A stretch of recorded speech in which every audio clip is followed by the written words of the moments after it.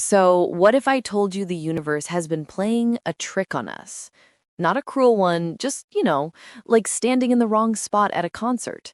You think you're hearing the music like everyone else, but you're actually sitting in this weird acoustic pocket where everything sounds just a little off. Well, welcome to Cosmic Origins Revealed, where we trace the universe's deepest mysteries back to their source. That's pretty much what Dr. Indranil Banik and his team at the University of Portsmouth think is happening to Earth.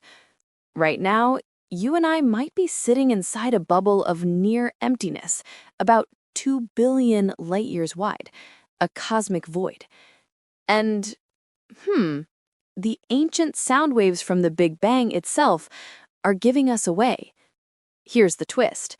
That void might finally explain one of the biggest headaches in modern cosmology. So let's find out how the universe's oldest echoes are rewriting our cosmic address. And hey, if this story makes you rethink your place in the cosmos, drop a comment below. Are we really living inside a giant void? Or maybe something else is going on? I'd love to hear your take. All right, let's talk about the problem this bubble might solve. It's called the Hubble Tension, and it's been driving cosmologists quietly mad for, over a decade. We've known the universe is expanding since Edwin Hubble proved it back in 1929. But how fast it's expanding, that's where things, fall apart. There are two main ways to measure this expansion rate, the so-called Hubble constant. One comes from the cosmic microwave background, that baby picture of the universe when it was just 380,000 years old. Those measurements give about 67 kilometers per second per megaparsec.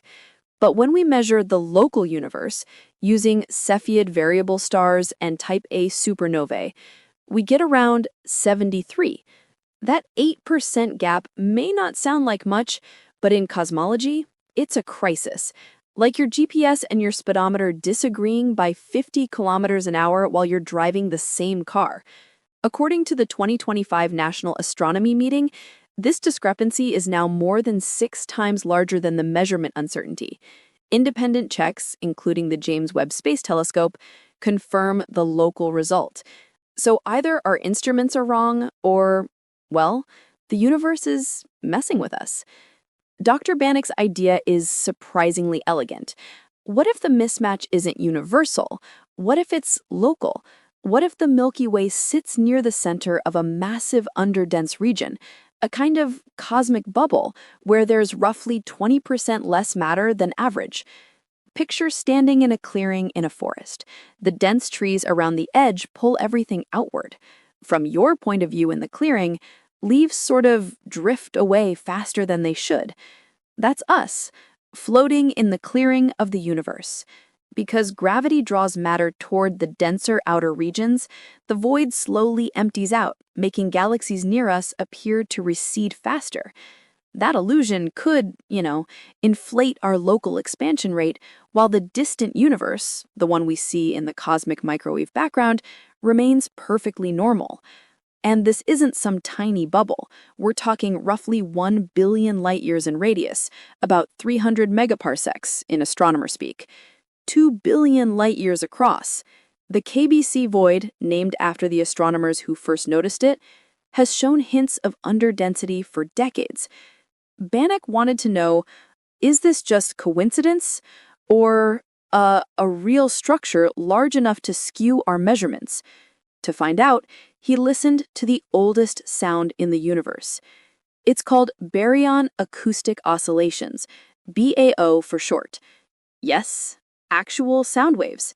In the first 380,000 years after the Big Bang, the universe was a dense, hot plasma where pressure waves rippled outward like vibrations through water. When atoms finally formed, those waves froze, leaving behind a faint imprint in how galaxies are spaced today. Fast forward 13.8 billion years. Those frozen ripples still shape the large-scale structure of the cosmos. Each ripple is about 500 million light years across, a kind of cosmic ruler we can, use to measure expansion through time. In March 2025, the Dark Energy Spectroscopic Instrument, or DESI, released its most precise BAO results yet. Mounted on the Mayall telescope in Arizona, DESI can capture light from 5,000 galaxies at once. After 3 years, it mapped nearly 15 million galaxies and quasars, the largest 3D map of the universe ever made. The headline finding hints that dark energy might be evolving, its strength changing slowly over cosmic time. Depending on which datasets you combine, the effect shows up at 2.8 to 4.2 sigma significance. Not discovery level yet, but hey, enough to get theorists buzzing. But buried in that same data were tiny distortions in the BAO pattern, subtle deviations from what you'd expect in a perfectly uniform universe. And that's where Banik comes in. Banik and Vasileus Kalitsis compiled 20 years of BAO measurements, 42 in total, including DESI's new data, and tested 2 models. Model 1, the standard uniform universe. Model 2, a local void scenario, us inside a 2 billion light-year underdense bubble. Here's what happens in that second case. Because matter inside the void flows outward toward denser surroundings, it slightly distorts the bow ruler. Light paths bend, redshifts stretch just a bit more than expected. When Banik compared the data, the standard model gave a chi-squared of 75.7. The void models? Between 47 and 51, depending on the exact density profile.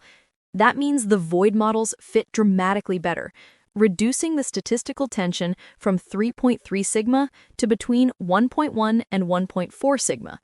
Or, as Banik told the University of Portsmouth's press office, the void model is about 100 million times more likely to match current BAO data than the standard one. That's not subtle. Of course, not everyone's convinced.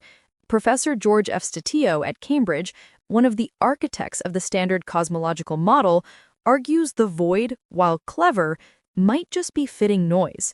In his 2025 analysis of early dark energy models, he showed how easy it is to find apparent fixes that, fall apart under closer scrutiny. If such a giant underdense region existed, it should leave gravitational fingerprints in the cosmic microwave background, and so far, those aren't obvious. There's also a philosophical problem. If we're sitting near the center of this enormous bubble, that puts us in a special spot, something the Copernican principle has tried to avoid for 500 years. Still, data don't care about philosophy, and if the bubble really exists, it could, explain the Hubble tension without rewriting early universe physics. If Banik's model holds up, it changes how we think about dark energy itself. Maybe the cosmic acceleration we've been measuring isn't entirely due to some mysterious force, but partly a geometric illusion, our perspective from inside a giant low-density region. According to the University of Portsmouth, the void model could align nearly all current cosmological data without invoking exotic new physics. Still, Banik's cautious. Future DESI data and next-generation CMB experiments will have to confirm the void signature independently. In science, beauty doesn't win. Evidence does. So, are we living inside a colossal cosmic bubble? If the sound of the Big Bang is still echoing, maybe it isn't just out there between galaxies. Maybe it's around us, the faint vibration of creation itself, still humming through space. Anyway, next time on Cosmic Origins Revealed, we'll follow those same ancient sound waves to explore dark energy's changing rhythm and what it might mean for the universe's ultimate fate. Until then, keep listening to the echoes.